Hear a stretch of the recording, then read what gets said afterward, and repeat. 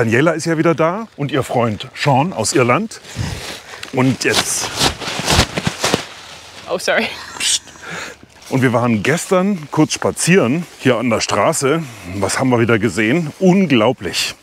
Es war ja vor kurzem schon mal eine Menge Müll an der Straße und jetzt wieder. Und zwar nicht da, wo ich meine Kamera versteckt habe. Es scheint wieder einer zu sein, der das mitgekriegt hat und einfach wieder Müll hinschmeißt. Und zwar einfach auf die andere Seite der Straße. Wir gehen jetzt hier durch einen Tunnel unter der Straße durch. Look at that. Everywhere rubbish. Ja. Ja, und hier hat jemand tatsächlich so richtig seinen Müll entsorgt. Schaut euch das an. Das gibt's doch gar nicht. Das ist nicht nur Hausmüll, das ist auch so richtiger Sperrmüll mit einem Föhn. Oh, sorry. Ich meine, wer macht sowas?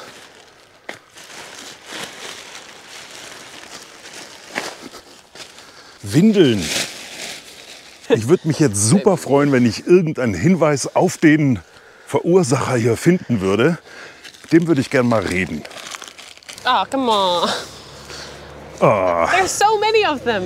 Oh, where are my gloves? Ah, here. Just there. If you do find any clue, As to who it a is. hint of who was it, Well, let me someone know. with a young child, a baby. Someone with a child? There's heaps of nappies. Maybe a receipt or something and he paid with his credit card. Das werden wir jetzt einschicken. DNA-Test machen. Dann kriegen wir es raus.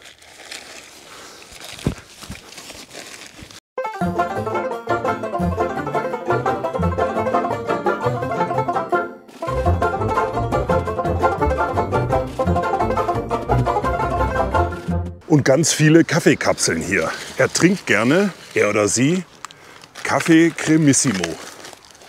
Und jede Menge Windeln. Pfui Teufel. Ay, ay, ay.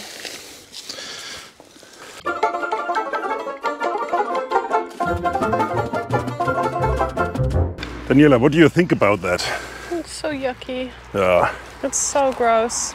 There's so much rubbish and waste that's unnecessary. ein großer Müllbeutel voll. Und hier haben wir jetzt mal einen Haufen gemacht, den hole ich gleich.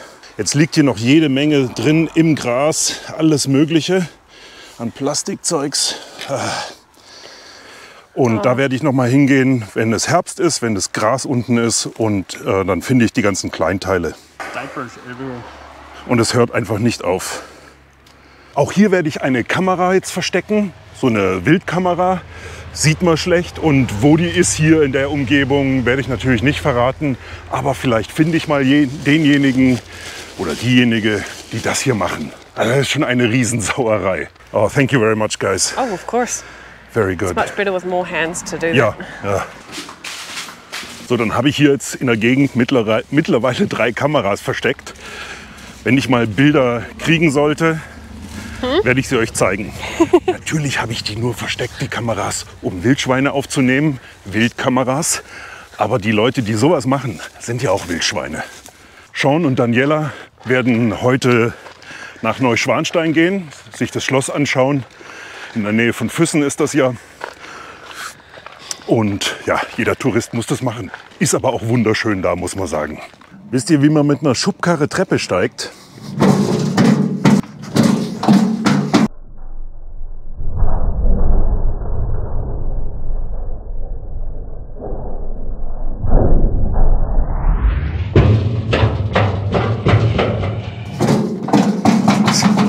Geht aber nur mit einer leeren Schubkarre. Und jetzt schätzt mal, wie oft ich für diese eine Aufnahme die Treppe rauf und runter bin. 3-mal, 5-mal oder 7-mal. Auflösung am Ende des Videos.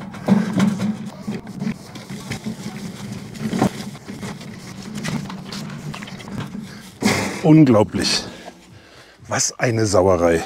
Pfui Teufel. Und ich zeige euch auch gleich, dass man sowas nicht vom Auto verlieren kann. Da ist jemand in die Einfahrt gefahren und hat's rübergeschmissen.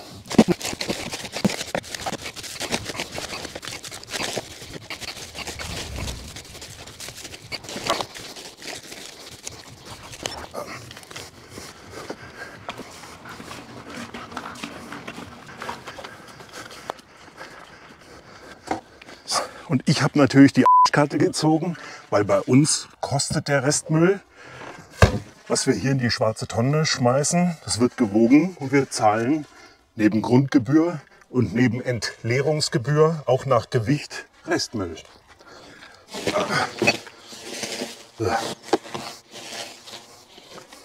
Auf jeden Fall scheint der oder diejenige nicht mal Pfand zu wollen. Ich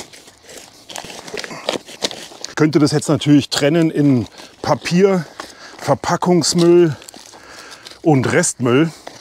Und was mich super ärgert, sind diese ganzen Kaffeekapseln hier. Ein Kaffee, einmal Müll. Entweder Kunststoff oder sogar Aluminium.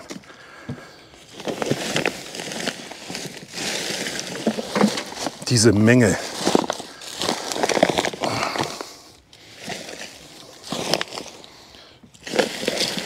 Ja, ich könnte das Ganze jetzt natürlich trennen, aber es stinkt so bestialisch nach P und nach und nach Müll, dass ich froh bin, wenn ich das gleich hier aus der Nase draußen habe.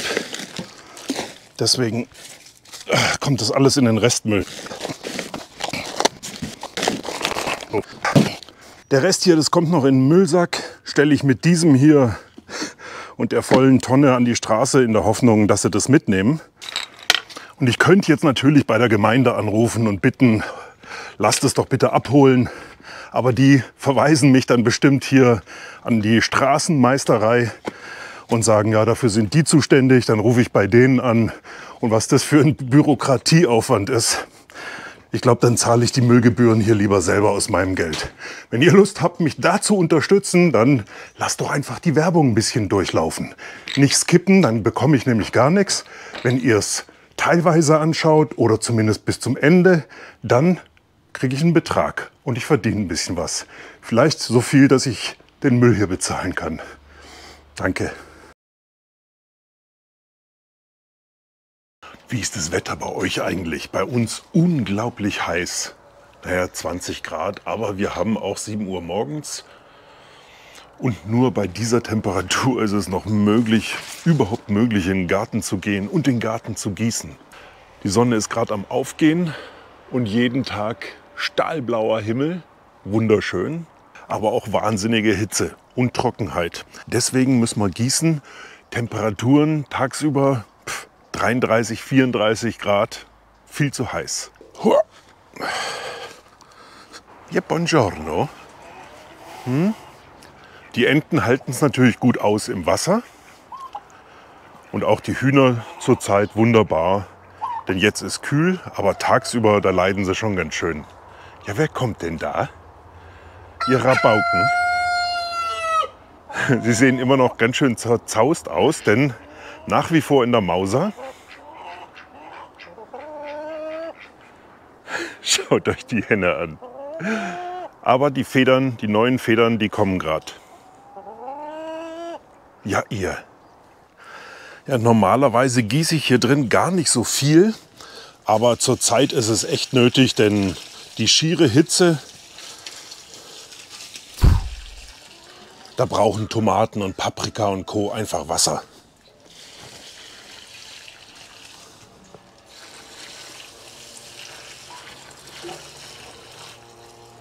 Die Behandlung von meinen Honigmelonen mit Milch und Wasser, habe ich im letzten Video gezeigt, hat gut angeschlagen.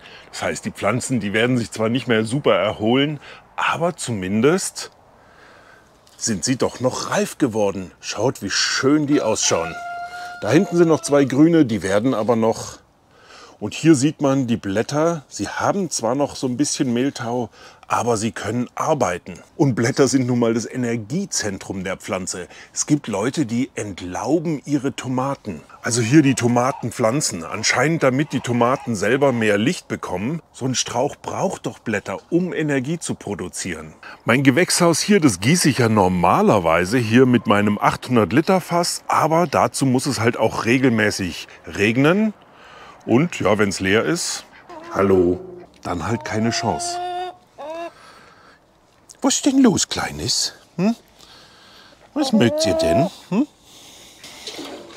Ja, und deswegen halt Gießen von Hand. Aber das geht nur in Morgenstunden. Denn es wird so wahnsinnig heiß tagsüber. Und wie heiß es im Gewächshaus wird, das könnt ihr euch ja vorstellen.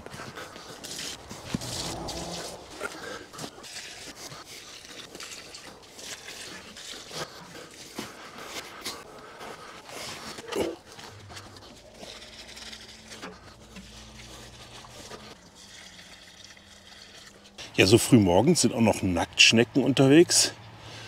Ja, die sammle ich eigentlich nicht ohne Handschuhen auf, aber schaut mal her. Oh, hopp.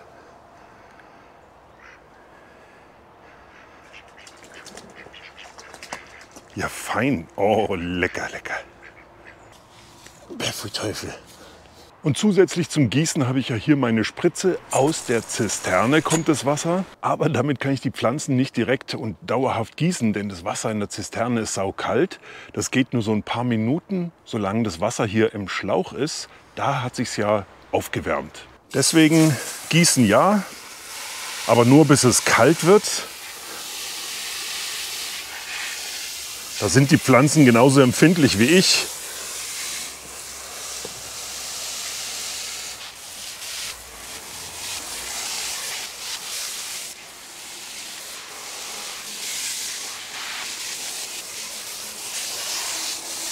So, jetzt merke ich, jetzt wird es kalt. Ausschalten. Jetzt lasse ich einfach mein 500 Liter Fass hier voll laufen und daraus speise ich dann über einen Tropfschlauch das Gewächshaus. Und das Wasser kann sich hier vorwärmen. Wichtig. Neben den vielen Chilis und Paprikas, die so lala wachsen, mal sehr klein, mal etwas besser, habe ich irgendwann mal diese Blume hier gepflanzt. Sie hat sich ausgesamt und jetzt kommt sie jedes Jahr wieder. Nicht nur eine, sondern Hunderte. Ich bin immer am Rausreißen hier im Gewächshaus, aber sie ist wunderschön. Helft mir, ist es vielleicht irgend so eine Prachtwinde? Sie klettert hoch, ja, und sie bedeckt gerne andere Pflanzen, wie hier die Paprika. Muss man mal ein bisschen aufpassen. Eine lasse ich immer wachsen und ich passe auf, dass sie sich nicht erneut aussamt. Es sind anscheinend immer noch tausende Samen im Boden drin. Hier neben dem Unkraut, das muss auch immer raus, bevor sich's aussamt. Diese hier zum Beispiel, das ist sie, diese Prachtwinde. Reiße ich auch immer raus, weil sonst einfach zu viel. Halbe Stunde später und wir haben schon 26 Grad. Wahnsinn, wie die Temperatur steigt. Und wir hatten ja das Garten-YouTuber-Treffen hier 2023. Es war wieder super schön. Über 40 Leute waren diesmal da, plus Kinder. Und wen ich euch nicht vorenthalten will, das ist Tobi. Der hat mir was über die Feigen erklärt. Film ab. Und Tobi ist wer? Feigenkaiser. Kennt sich gut mit Feigen aus. Und ich habe ja eine von ihm. Das ist die Rang de Bordeaux. RDB abgekürzt. Und die ist mir ziemlich abgetrocknet, aber was macht Feige? Ne? Wie Unkraut kommt die wieder nach. Ne? Gerade bei der Rang de Bordeaux siehst du jetzt ganz gut. Das war höchstwahrscheinlich ein Frostschade, war doch ein bisschen kalt dann im Winter scheinbar. Aber du musst ja mal gucken, was dann die dieses Jahr schon wieder einen Austrieb hat. Ne? Und wenn die mal richtig im Boden ankommen ist, macht ein kompletter Rückfrost überhaupt nichts aus und du wirst wahrscheinlich trotzdem deinen Herbstfeige haben.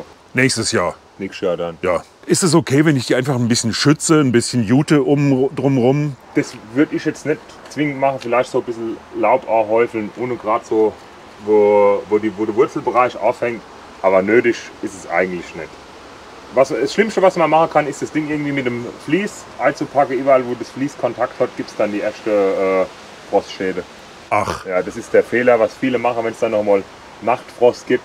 Kommen sie dann auf so eine Idee, über die grüne Triebe, Socke drüber zu stülpen oder diese Kackfliese, was in jedem Eurolade gibt. Und überall, wo das Vlies Kontakt zur Pflanze hat, gibt es größere Schäden, als wäre gar nichts drüber. Aha, ja. Guter Tipp, okay. Du machst jetzt was? Du hast schon die Gartenschere in der Hand? Ich schneide jetzt einfach das tote Holz raus. Ich schneide dann immer über einer Not hier mal ab, um zu gucken. Da sieht man, das Holz ist tot. Es wird wahrscheinlich bis da runter kaputt sein. Und da hat man da dann der neue Austrieb, der rauswachsen kann. Eigentlich alles, was dürr ist, kann ich einfach, wenn du drauf kommst, gerade rauszwingen. Da ist jetzt auch nicht so schlimm, dass das Wetter ein bisschen bisschen nasser ist. Das ist hier da unten am Dach und die Schnittstelle ist schon so zurückgetrocknet. Das macht nichts, wenn du jetzt ein bisschen Nieselregen drauf kommst. Okay. Das heißt, wäre sie grün, die Schnittstelle, wäre es ein bisschen gefährlich. Dann lieber bei sonnigem, trockenem genau, Wetter. Ja? Genau, wenn es so richtig heiß ist, kannst du dich schneiden, da ist die Schnittwunde spätestens eine Stunde abgetrocknet und dann hast du auch nicht so Probleme, dass du vielleicht irgendeinen Pilz oder sonst irgendeine Krankheit kriegst. Okay. Sonst sag was zu der Pflanze. Wie schaut sie aus? Vital? Total gut. Da oben, die Blätter, die werden jetzt ein bisschen Hell? heller. Da könnte man jetzt vielleicht noch mal eine ganz leichte Stickstoffgabe machen, aber bei meinen zu Hause fange ich jetzt, wir haben jetzt August, an mit Patent-Kali. Das ist dann eher für die Holzreife, dass die Pflanze gestärkt in den Winter geht. Ich hoffe ja sehr, dass sie schön wächst und mal Früchte trägt, weil ich stehe ja total auf Feigen. Auf jeden Fall werde ich irgendwann tragen. Frische Feigen ist was komplett anderes als das, was wir so kennen generell, diese getrockneten, die auch gut sind. Aber eine frische Feige direkt vom Baum, wenn sie so sonnengereift ist, Ja, unglaublich. Gibt nichts Besseres. Also diese schwarze Bursa aus dem Supermarkt, was da als Frischfeige gibt, das kann ich vergessen.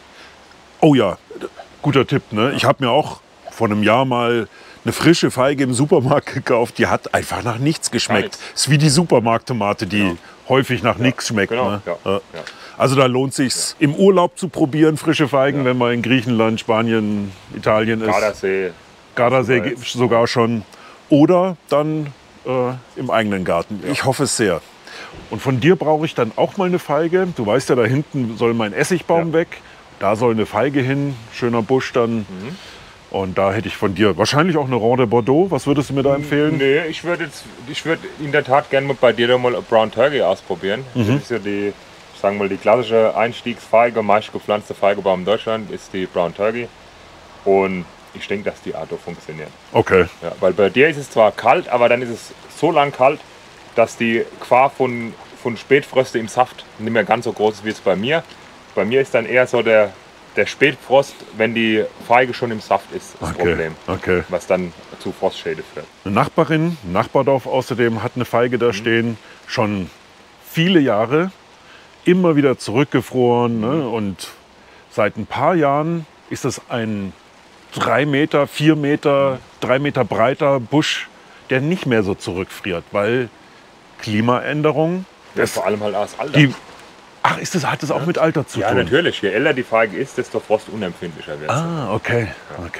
Also viele Jahre steht der Busch da schon. Ja, und vor allem halt auch der starke Wuchs, der kommt dann davor. Du musst dir ja mal vorstellen, die hatte dann, wenn die mal eine gewisse Größe hat, ein riesengroßes Wurzelsystem und wenn die komplett runterfriert, hat die ja Kraft, um dann aus dem Boden nochmal die neue Triebe rauszuschießen. Okay. Ja.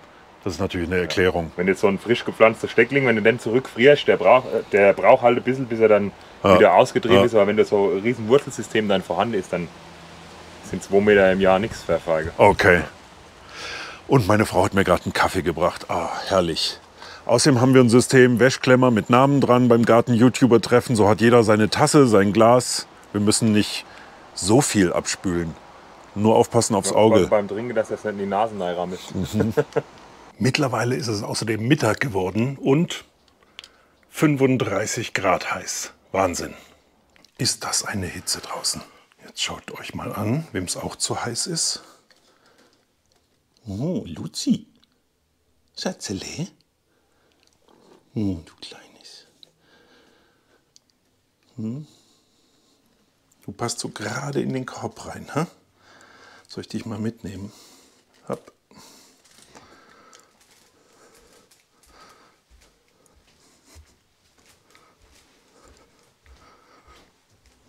So.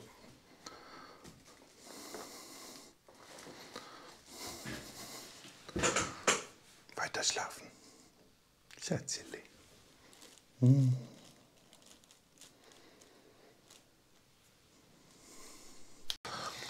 Dann geht's gleich hiermit weiter.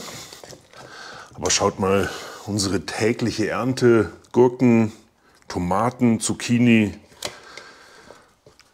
Sikkim-Gurke. Einkochen, es geht auch schon weiter hier mit Birnen. Die sind zwar klein, aber trotzdem wunderschön. Und das hier, das ist ein Sauerteig. Sauerteig vom Heiko. der hat mir was gegeben. Der mit dem schwarzen Daumen verlinke ich euch natürlich wieder hier oben in der Ecke oder schaut unten in die Videobeschreibung rein. Und ja, das wird mein erstes Sauerteigbrot geben. Bin ich sehr gespannt drauf. So. Aber wie das Ganze vonstatten geht, seht ihr jetzt.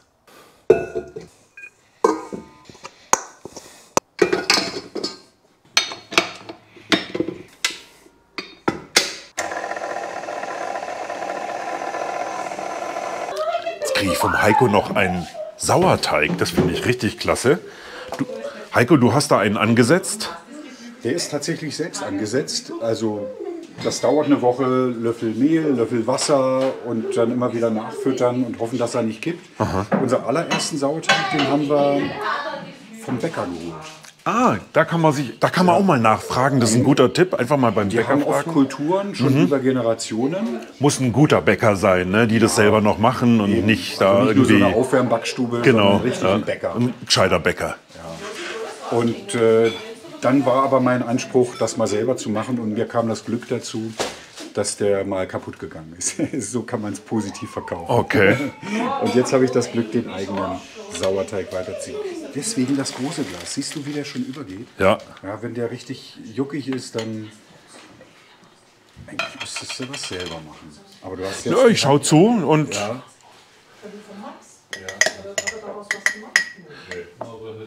wenn man es vom Mehl aus ansetzt, es reicht doch, wenn man Mehl und Wasser anrührt Wasser, genau. und stehen Immer lässt, einen, oder? einen Löffel Mehl und einen gehäuften Löffel Wasser. Und es ist einfach nur eine Frage der Zeit. Die entsprechenden Hefe und Haben sich Bakterien nach sind in der einer Luft, oder? Woche gebildet und je nach Jahreszeit, also im Sommer sind die Bakterien aktiver, im Winter kann es ein bisschen länger dauern. Ich habe Roggen, Vollkornmehl und das sollten wenigstens Vollkornmehle sein. Es kann auch Weizen oder Dinkel sein, aber bitte Vollkornmehle, da ist die Hülle noch dran und da sind die Bakterien an der Hülle schon aktiv.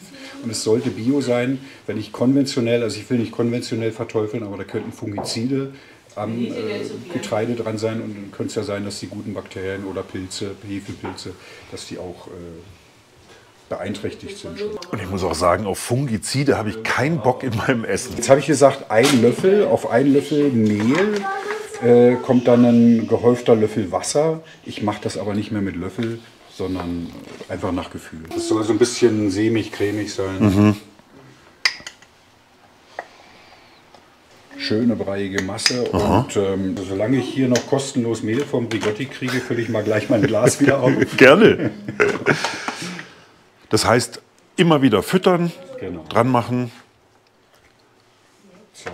Wie lange muss ich jetzt mit meinem Ansatz hier warten, bis ich ihn verwenden kann? Kannst du heute Abend, Ach, sogar wenn er schon? aufgegangen ist, kannst du gleich weiter. Ich Das hab geht so hier, schnell. Hier im Akkord gebacken und immer wieder nachgefüttert und nachgebacken. Das geht ruckzuck. Okay. Also wenn er schön aktiv ist. Du kannst auch überlegen, ob du deinem Sauerteig einen Namen gibst. Wie heißt denn deiner? Von Anna hieß der Vulcanito. Vulcanito. Hast du deinem auch schon einen Namen gegeben? Nö, das ist einfach mein Sauerteig. Aber es ist in der Szene, es sind viele, die lieben ihren, das ist das Familienmitglied. Ich bin noch nicht. Lebt mit. Lustig, ja. Wenn wir das fertigstellen, Deckel zu, aber nicht zu, sondern nach dem Zumachen nur mal ein kleines Stück auf. Dass die Gase raus können. die Ne? Gase. Und ich lagere den im Kühlschrank und dann ist er tatsächlich 2 Wochen so haltbar, ohne dass ich nachfütter. Wenn du in Urlaub fährst oder auf irgendwelchen YouTuber-Treffen bist, Ja. dann kann der da ruhen. Und der arbeitet jetzt auch. Und Weil der jetzt arbeitet muss er doch einfach- der eigentlich arbeitet arbeiten. Aber einfach ein bisschen langsamer. Okay. Würde ich heute Abend ein Brot backen wollen draußen, Ist dann der nicht im trotzdem- Ist der Kühlschrank. trotzdem aktiv. Kannst du. Echt? Ja, kannst Okay. du so machen. Den hatte ich, glaube ich, heute aus Versehen draußen stehen lassen. Deswegen war der so. Dann arbeitet der ganz schön. Ne? Genau, Okay. der wäre mir jetzt übergegangen. Ah, ja. Vielen Dank, Heiko. Super. Dein Sauerteig. Sehr schön. Und ein super Brot außerdem vom Heiko, dieses Sauerteigbrot. Ich mag es ja schon sehr gern, muss ich sagen.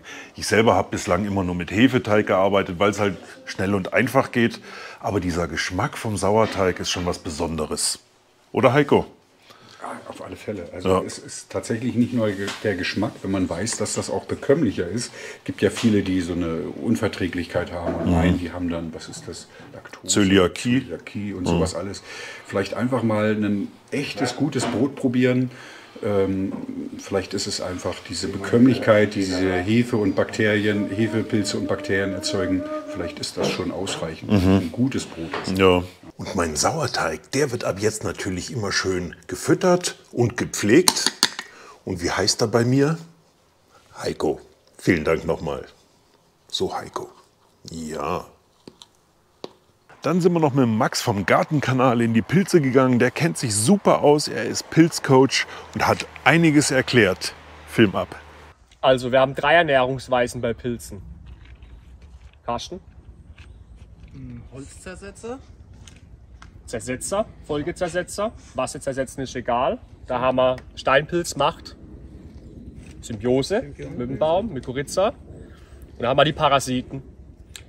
Der Übergang von Parasit zu Folgezersetzer ist manchmal recht fließend. Man kennt es vom Ausstandseitling. Na, der geht auf den Baum, der ist teilweise noch gesund und parasitiert dann auch. Hier haben wir was Ähnliches. Hier haben wir den Samtfußkrempling. Nicht Samtfußrübling, das ist unser Enoki, der japanische Speisepilz. Das ist ein Krempling. Und von was er sich ernährt, sieht man hier schon ganz gut. Das ist kein Symbiont, das ist ein Zersetzer, ein Folgezersetzer. Kann auch mal parasitär auftreten. Gehen wir mal durch. Charakteristisch ist für den Samtfußkrempling, auch schon wenn die Fruchtkörper kleiner sind, der krempige Hut. Daher das sein Name. Der ist ganz lange hier eingerollt, der Hutrand. Samtfuß, könnt ihr mal drüber streicheln. Bei dem hier ist sehr deutlich zu spüren. Er ist samtig, samtigen Fuß. Früher, wie gesagt, als Kriegspilz verwendet. Die haben dann öfters abgekocht, weil das Kochwasser auch ein bisschen etwaige Unverträglichkeiten hat oder Stoffe, die man nicht gut verträgt. Abgekocht und dann damit im Prinzip, wird gesagt, ein Wurstsalat rausgemacht. Der hat auch so einen leicht säurigen Geschmack, sagt man.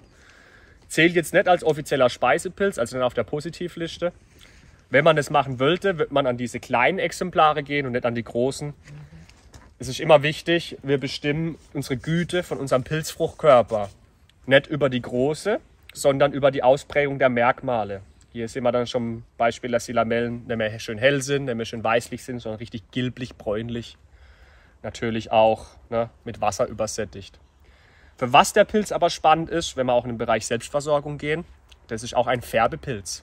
Man kann mit dem färben. Man kann mit sehr vielen Pilzen Naturstoffe bräunlich, violett, grünlich färben. Wie er jetzt genau färbt, müsste ich nochmal nachschauen. Ich glaube, es ist grünlich-violett. Also Schrägstrich grünlich-violett, je nach dem Pilz, wo er gewachsen ist, kann sich auch ein bisschen anders verfärben. Also wäre ein Färbepilz. Wer aber das machen will, mit Pilzen färben, muss dazu wissen, das ist eine sehr stinkige Angelegenheit und braucht sehr viel Zeit. Und ich glaube, es gibt dann auch wieder Sachen im Bereich der Pflanzen oder im Reich der Pflanzen, mit denen lässt sich besser färben. Aber ein Pilz, der hier Folge zersetzt und eben, er ist nicht gebunden, aber überwiegend an Nadelholz, wie wir hier sehen können. Der Samtfußkrempling. Ach, von mir gibt es auch noch 2 weitere Videos parallel zu diesem hier. Und zwar gab es ja noch mehr Workshops hier im Garten während des Garten-YouTuber-Treffens. Einmal zum Obst, hier zum Beispiel zur Mirabelle vom Dominik Schreiber. Und es gab einen sehr interessanten Workshop vom Tomatenflüsterer, natürlich über Tomaten. Dann gab es noch jede Menge andere Workshops. Die sind in separaten Filmen zu sehen. Dazu habe ich eine Playlist zusammengestellt. Zum Beispiel hat der Jupp was über die Bienen erzählt. Da muss ich jetzt mal spicken. Der Carsten hat einen Kräuterworkshop gemacht. Der Max ist in die Pilze gegangen. Dazu gibt es ein eigenes Video und so weiter. Findet ihr alles in der Playlist mit anderen Videos noch hier aus dem Garten, mal aus einer anderen Perspektive von anderen YouTubern gefilmt. In die Videobeschreibung schauen, da ist es verlinkt. Und jetzt zum Schluss zeige ich euch noch ein paar wunderschöne Eindrücke vom Garten-YouTuber-Treffen. Bleibt einfach dran und genießt. Ja, und bevor es mit dem Garten-YouTuber-Treffen losgehen konnte, musste ich erstmal ein bisschen aufräumen. Hier in dem grünen Japaner bzw. in der Zweirad-Schubkarre, da habe ich Holz gelagert, alles mögliche an Latten und Brettern. Das zersäge ich jetzt zu Brennholz. Ja, und was so richtig nützlich ist, das ist der Hubwagen, der rote hier. Mit dem kann ich alles, was auf Paletten steht, rumfahren. Zum Beispiel auch meine große, schwere, alte Bandsäge. Ich schätze, die wiegt so an die 400 Kilo. Und die wollte ich schon lange mal hier auf diese Siebdruckplatte stellen. Ja, ist ein neues Projekt. Dann fahre ich noch meine 5-fach-Kombimaschine auf die Seite. Die wiegt gefühlt auch so ungefähr eine Tonne. Rasenmäher weg, Rasenmäher wieder her. Muss ich erstmal Benzin auffüllen, denn ich werde auch noch ein bisschen Rasen mähen. Dann hole ich noch die Absauganlage und saug ein bisschen auf den Boden. Den gröbsten Schmutz. Dann muss auch noch der Anhänger von meiner Agria, dem Einachser, auf die Seite, den fahre ich dann zur Garage. Und jetzt treffen schon die ersten YouTuber ein, helfen noch mit beim Aufräumen und Aufbauen. Und jetzt genießt so ein paar schöne Impressionen und denkt an die Playlist der anderen Garten-YouTuber. Zu finden in der Videobeschreibung. Komm her. Komm her. Schön, dass du da bist. Und schon habe ich mich. Genau.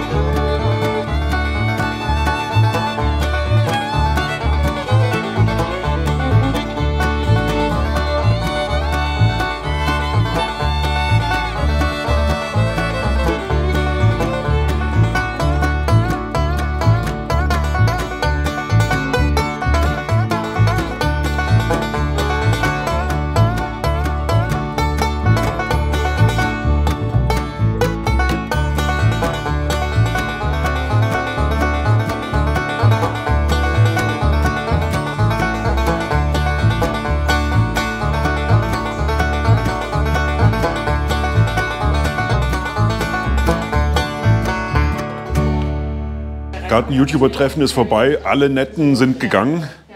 Ah, Tobi ist noch da, ja. So. Ciao, Tobi. War wieder schön. Hat's dir gefallen? Ja, super. Mir auch. Wenn ich darf, komme ich nächstes Ja, immer, ja. Pflicht. Auf jeden Fall. Macht's gut. Ciao. Ciao. Viel Spaß. War gut.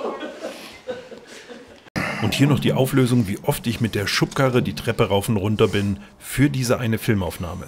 Zählt mit. Wisst ihr, wie man mit einer Schubkarre Treppe steigt?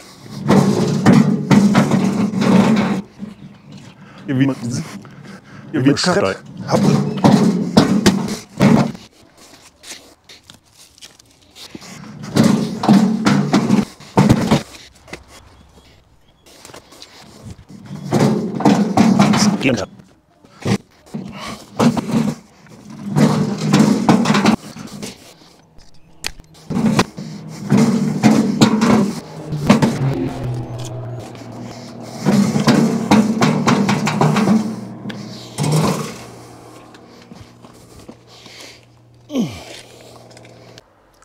Ich habe ja schon lange nicht mehr Danke gesagt. Vielen Dank an Steffi und Michael für Kapuzinerkresse-Samen. Super, Kapuzinerkresse ist jedes Jahr bei mir im Garten.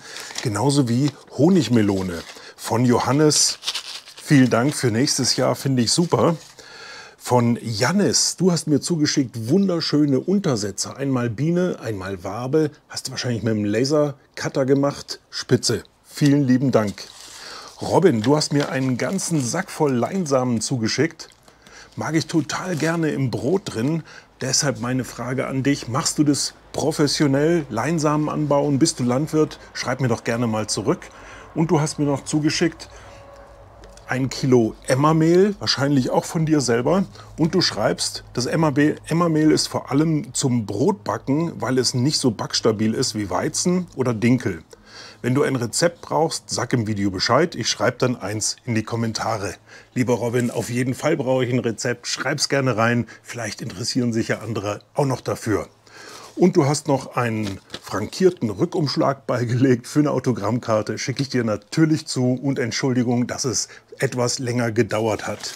Vielen Dank für das schöne Bild von einer 6-Jährigen oder einem 6-Jährigen. Für den lieben Rigotti steht dabei. Dann habe ich noch was bekommen, etwas Merkwürdiges. Ja, sie schreiben, dass ich auf irgendeinem Montagsspaziergang dabei gewesen wäre in Landsberg. So eine Anti-Corona-Demo. Nein, da bin ich ganz sicher nicht dabei. Vielen Dank fürs Zuschauen von dem langen Video mal wieder. Ich hoffe, die Länge ist okay für euch. Ich freue mich, wenn wir uns das nächste Mal wiedersehen. Sonntag ist Rigotti-Tag. Nicht vergessen, Ahoi sagt euer Selbstversorger Rigotti. Ciao und bleibt mir treu.